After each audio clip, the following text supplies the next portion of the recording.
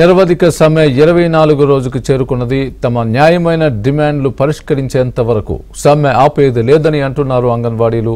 రేపటి నుంచి 24 గంటల రిలే నిరాహార దీక్షలు చేస్తామని అంటున్నారు.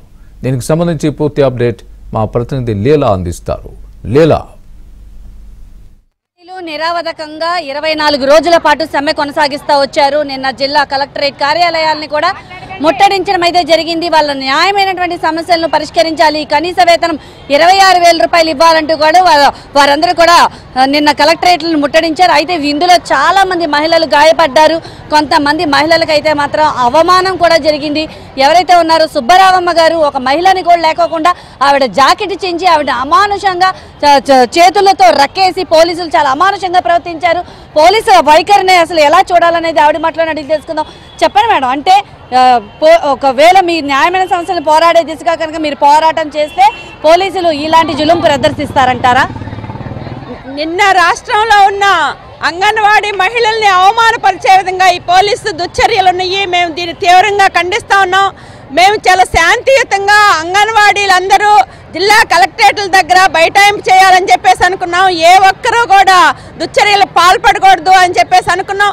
కానీ ప్రభుత్వం మమ్మల్ని ఈరోజు ముందు రోజు నుంచే అరెస్టులు చేయటం, ఇళ్లకు పోలీసులు పంపించడం, అక్రమ నోటీసులు ఇవ్వటం, అసలు ఈ అంగన్వాడీలు ఏమన్నా దౌర్జన్యం చేసింది, ఇంత దౌర్జన్యం చేయాల్సిన అవసరం ఏమొచ్చింది అని చెప్పేసి మేము అడుగుతా ఉన్నాం. ఎంత అవమానకరం అంటే కనీసం విజయవాడలో ఏ ఒక్కరిని కనీసం కలెక్టరేట్ దగ్గర కూడా చేరనీయకుండా ఇళ్ల దగ్గరే పోలీసులు అరెస్ట్ చేశారు. రోడ్డు మీద సాధారణ మహిళలు కూడా కనపడిన వాళ్ళని తీసుకొచ్చి ఆటోల్లో ఎక్కించిన పరిస్థితి ఉంది.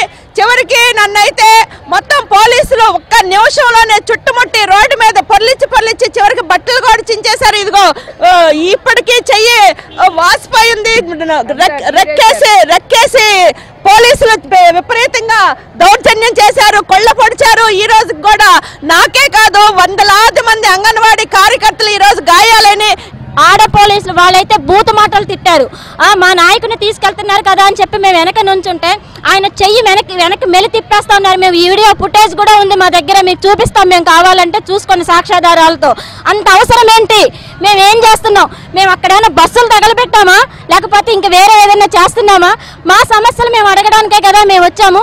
ఈ రోజున పరిస్థితి మమ్మల్ని ఇలా కొట్టడం అనేది చాలా దుర్మార్గమైనది. ప్రభుత్వం మహిళలు అంటున్నాడు కానీ మహిళల పక్షపాతిగా ఉన్నవారైతే ఇవాళ అలా ట్రైనింగ్ ఇచ్చి పోలీసుల్ని పిన్నీసులతో గుచ్చిచ్చి అసభ్యకరమైన బూతులు తిట్టాల్సిన అవసరం అయితే లేదు.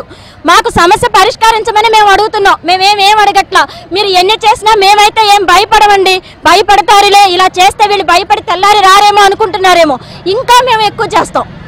అయితే చెప్పమ్మా, మీకు ఎలాంటి ఏం చేశారు? పోలీసులు ఏ రకంగా ఇబ్బంది పెట్టారు? మేము నినాదాలు ఇచ్చుకుంటూ వస్తుండగా ఇప్పుడు గత 23 రోజులుగా చేస్తున్నాము. ప్రభుత్వం సీఎం గారు ఎలాగ కళ్ళు తెరవట్లేదని చెప్పి కనీసం కలెక్టర్ గారికైనా వినతి పత్రం ఇద్దామని బయలుదేరితే ముట్టడిస్తామని చెప్పి ఇష్టాసారంగా చేయి లాగేసి జబ్బ వాసిపోయింది. ఇగోండి ఇట్లాగా పిన్నిసులతో గుచ్చి ఇష్టాసారంగా లాక్కొని వెళ్ళిపోయి మనల్ని అరెస్ట్ చేసి అసలు మమ్మల్ని రౌడీలు అనుకున్నారు, ఏమనుకున్నారు అంగన్వాడీ కార్యకర్తలు. మేము మా బాధ వెళ్ళగట్టుకుదాం అని చెప్పి మేము వస్తుంటే కనీసం మా మాట కూడా వినకుండా అసలు కనీసం లేకుండా ఎక్కడ పడితే అక్కడ ఎలా పడితే అలాగా ఇష్టం వచ్చినట్టు బూటుకాలతో కొట్టిన ఏంటమ్మా కొడుతున్నారని అడిగితే ఇష్టం వచ్చినట్టు బూతులు తిడుతున్నారండి.